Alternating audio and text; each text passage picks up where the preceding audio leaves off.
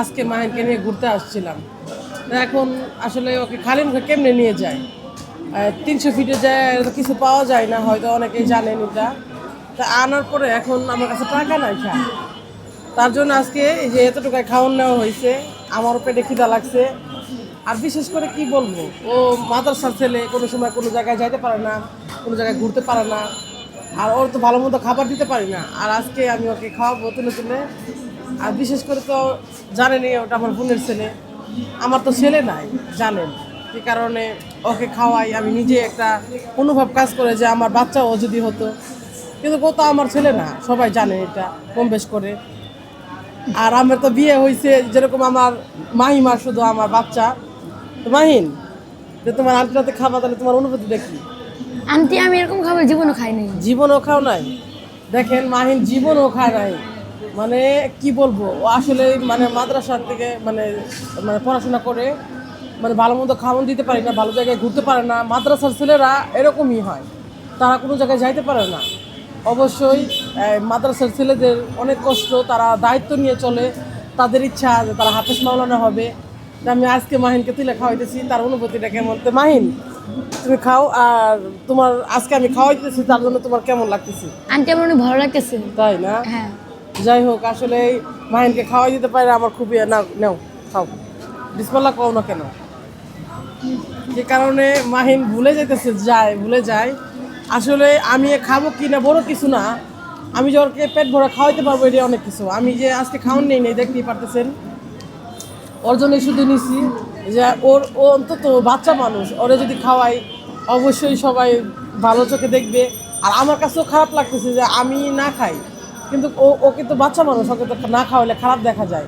এই জন্যই যে একটা বেটা নেওয়া হয়েছে। তো এটা কেমন লাগতেছে মাহিন তোমার খাইতে? মজা আছে। মজা আছে? তো খাও। তোমার আসলেই ভালো কিছু খাওয়াইতে পারলাম না, তার জন্য দুঃখিত। চাইছিলাম তো ভালো কিছু খাওয়াইতে, ভালো একটা রেস্টুরেন্টে খাওয়াইতে, পারি নাই। এগুলা খাওয়াইলাম, আসলে জানি না কেমন লাগলো আপনাদের কাছে, আপনারাও জানাবেন যে আসলেই এই ছোটোখাটো অ্যারেঞ্জমেন্ট আর কতটা ভালো। মাহিন, তো তোমার তো ভালো রেস্টুরেন্টে খাওয়াইতে পারলাম না, তার অনুভূতিটা বলো। আন্টি আপনি আমার না খাওয়াইলে আমার কোনো যা আসতো না।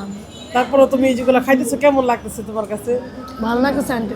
তাহলে তুমি তো তার মানুষের মাঝে বলো কেমন লাগতেছে, কি ফিল করতেছো।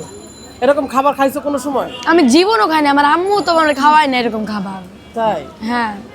তো বুঝতেই পাইলেন মাহিন কতটা খুশি হয়েছে, কতটা এক্সাইটেড হয়েছে। অবশ্যই মাহিনের মতন সবাই এক্সাইটেড হয়ে অবশ্যই মাহিনের পাশে থাকবেন। আর মাহিনের এরকম ধরনের ভিডিও চাইলে অবশ্যই মাহিনকে সাপোর্ট করবেন, না কি কও? হ্যাঁ। তো খুশি বলো। আপনারা সবাই ভিডিওটা এরকম লাইক খাবার খাইতে চাইলে তো টাকা পয়সার দরকার নাকি? তার তোমার ভিডিও না দেখলে তো আর এরকম খাবার খাইতে পারবা না। এই বিষয়ে কি বলতে চাও? আপনারা সবাই ভিডিওটা লাইক কমেন্ট শেয়ার করে দিবেন। শেয়ার করে দিবেন আর দেখবেন, না দেখলে পরে তো মোল্লা এরকম খাবার খাইতে পারবে না। কি কারণে মোল্লারা অনেক কষ্ট করে, তাদেরকে খাওয়াইলে আল্লাহ তাআলা জান্নাতবাসী করে। তাদেরকে খাওয়ানো হলো, আপনারা সবসময় মাহিনের ভিডিও দেখবেন। কি কারণে জানেন? তার জন্য ভালো পড়াইতে পারি, ভালো খাওয়াইতে পারি, ভালো কিছু করে দিতে পারি। কি কারণে ও একটা হাফেজ মাওলানা, আল্লাহ তাআলার পথে চলে, তাকে যদি ভালো কিছু করি তাহলে অবশ্যই তো সেটা ভালোর দিকে হয় নাকি? মানুষ পুণ্য করে টাকা পয়সা ধন সম্পদ দিয়ে, কিন্তু পুণ্য হয় না। আপনি একটা ভিডিও লাইক কমেন্ট শেয়ার করলেও হয়তো আল্লাহ আপনার একটা আমল খাতায় নাম লেখা যাবে। যাই হোক, তো মাহিন, তাহলে তোমার এটা খাবার খাই অনেক ভালো লাগতেছে, তাই তো? হ্যাঁ আন্টি। তাহলে বলে দাও যে আজকে অনুভূতিটা তো বললা যে অনেক ভালো লাগতেছে, নাকি আর কি বলবা? আপনারা সবাই ভিডিওটা লাইক কমেন্ট শেয়ার করে দিবেন। যাই হোক, মাহিন খাবার সামনে পায়ে সব কিছু ভুলে গেছে। অবশ্যই ভুল ত্রুটি হলে অবশ্যই ক্ষমার দৃষ্টিতে দেখবেন। আর মাহিনের জন্য অবশ্যই লাইক কমেন্ট শেয়ার করে দিবেন।